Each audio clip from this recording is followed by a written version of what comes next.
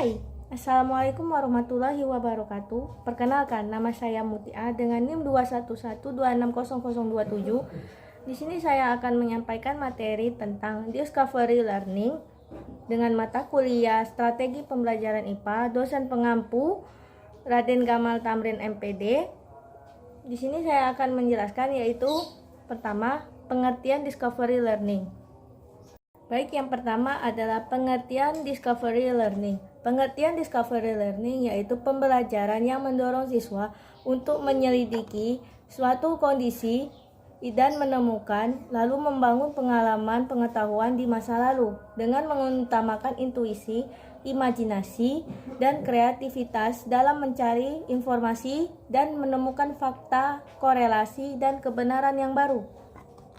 Dalam prinsip pembelajaran Discovery Learning itu sendiri ada 5. Yang pertama, pemecahan masalah. Yang kedua, manajemen belajar mengikuti siswa.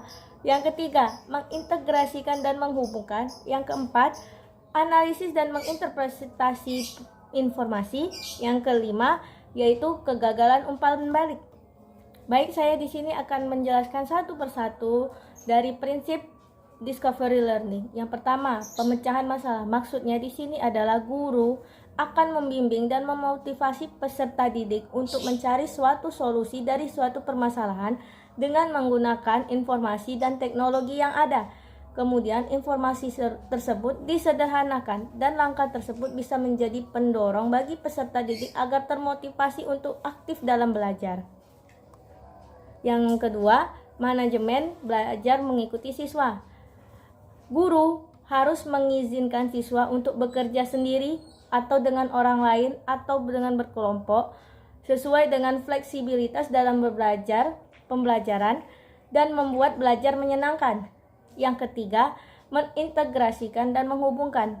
Guru harus memiliki keterampilan dalam mengajar. Selain itu, Discovery Learning ini juga mengajarkan untuk menekankan bagaimana guru dapat menggabungkan pengetahuan sebelumnya dengan pengetahuan yang baru, sehingga peserta agar lebih mudah mengingat apa yang dipelajari dan menimbulkan ingatan yang jelas. Seperti misalnya, pada minggu kemarin dia belajar tentang kelarutan dan minggu ini diingatkan kembali sambil memajukan atau mengupgrade informasi tentang kelarutan tersebut. Baik, prinsip yang keempat yaitu interpretasi informasi. Discovery Learning ini berproses yang didasarkan pada asumsi pembelajaran, bukan hanya sebuah sekumpulan fakta. Dalam strategi pembelajaran Discovery Learning ini menekankan bahwa peserta didik hakikatnya untuk menganalisis dan menafsirkan suatu informasi yang ia dapatkan dari media sosial, buku, ataupun media-media lainnya. Yang kelima, kegagalan umpan balik. Belajar tidak hanya terjadi ketika kita menemukan jawaban yang benar, ada juga ketika jawaban yang kurang tepat. Nah, fungsi dari kegagalan umpan balik ini adalah fungsi dari guru, di mana guru akan memberitahu informasi yang kurang tepat ataupun kurang jelas, bahkan salah kepada peserta didik, sehingga peserta didik akan menemukan suatu informasi yang baru dengan wawasan yang lebih luas lagi. Yang selanjutnya ada kelebihan dan kekurangan model Discovery Learning. Yang pertama, kelebihan yaitu mendorong partisipasi aktif dan memotivasi peserta. Yang kedua, pembelajaran sesuai dengan kapasitas dan kecepatan peserta didik. Yang ketiga, mengedepankan kemandirian dan kreativitas peserta. Yang keempat, menekankan sebuah pembelajaran pada proses, bukan hasil.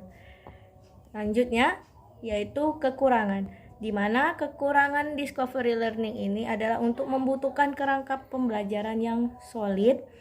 Yang kedua, membutuhkan alat praktik yang seringkali tidak tersedia, baik itu dari lingkungan sekolah maupun dari pembawaan guru. Yang ketiga, infrastruktur yang disiapkan dengan baik untuk mengantisipasi pertanyaan yang mungkin terjadi dan akan diterima oleh guru ataupun murid. Yang keempat, terlalu mementingkan proses pemahaman. Ada aspek lain yang harus dikembangkan dan menjadi pusat perhatian. Adapun langkah-langkah dalam proses pembelajaran discovery learning. Yang pertama, stimulasi. Yang kedua, identifikasi masalah. Yang ketiga, pengumpulan data. Yang keempat, olah data. Yang kelima, pembuktian. Yang keenam, generalisasi atau kesimpulan. Baik, saya akan jelaskan satu persatu dari poin langkah-langkah dalam metode discovery learning. Yang pertama tadi yaitu stimulasi atau stimulus. Pada tahap ini, guru akan memberikan beberapa pertanyaan. Itu akan memancing rasa penasaran dan ketertarikan peserta didik dalam belajar. Yang kedua, identifikasi masalah.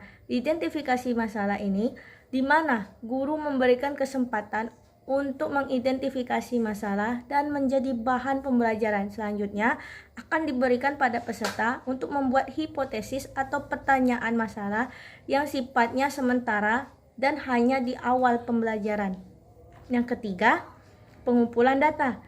Jika hipotesis telah disusun, maka peserta didik mulai bisa mengumpulkan data baik dari berbagai media internet, media baca, ataupun media yang lainnya.